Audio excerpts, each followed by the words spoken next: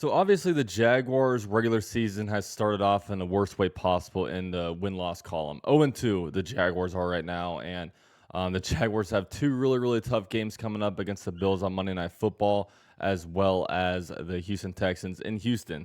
So we're gonna talk about how I would fix this team, but real quick, want to give a shout out to this video sponsor, BetUS. And guys, right now on BetUS, you can kind of see how they're feeling about the Jaguars' chances at winning the AFC South. I mean, the Houston Texans right now are minus 300, but good news, the Jaguars are second, but they're plus 550. So definitely not in the Jaguars' favor. I'm probably just going to put $20 on it just to mess around, but really, BetUS's their promo right now is 150% deposit bonus on your first deposit, and then 125% deposit bonus on your second and third, up to $2,000. So definitely check out BetUS. Go to betus.com and type in promo code YouTube150 to take advantage of that. And so when it comes to how I would fix the Jaguars, I mean, the most obvious thing right now is that the offensive line just straight up isn't good.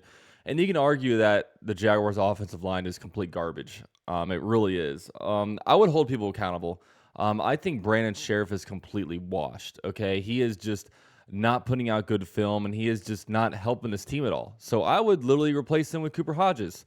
I think Cooper Hodges right now has a little bit more to offer, it feels like. I mean, he has youth.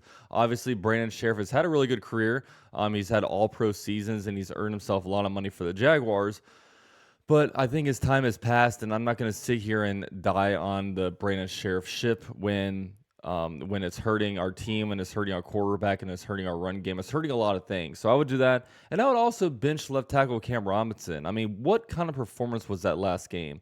You know, with Cam Robinson, is just all these mental issues, and I don't know understand why.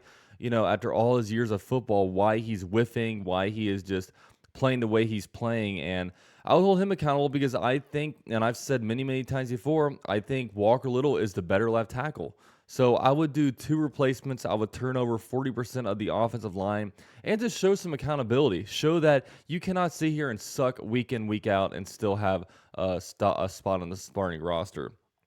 So that's what I'd be doing. Also, I think that the Jaguars definitely need to be in a situation where the coaching is better, especially on offense. I mean, I don't have too many issues with the defense. Really, my main issue is that we're not getting any takeaways, but I'm not really sure how you coach that. And also, I feel like the substitution is weird. I think it's weird how Ventrell Miller and Chad Muma will be on the field instead of a Devin Lloyd and Foye Oluokun. I mean, I don't think Foye Oluokun should ever leave the field. I just think it's a weird situation where it just feels like you're trying to overcoach a little bit. But nevertheless, the Jaguars need to change their approach on offense. Look, the Jaguars are not a team that can run the ball very well. We need to have a pass first approach, and we need to get Brian Thomas Jr. way more involved. Okay. I mean, if you look at last game, Malik Neighbors had like over 10 targets. I think he had like over 10 receptions too. I don't think Brian Thomas Jr. over the course of the first two games has even 10 targets to his name. The Jaguars' biggest plays have come off of Brian Thomas Jr. Not to mention, you literally spent a first-round pick on Brian Thomas Jr. Brian Thomas Jr. needs to be a massive part of the game plan, and they need to go to him more. And I know he dropped a ball on a slant route that would have been a first down, but just continue to get him involved. He's your most dynamic weapon on offense, especially when you have guys like Christian Kirk who aren't showing up, when you have guys like, like Evan Ingram, who is hurt right now.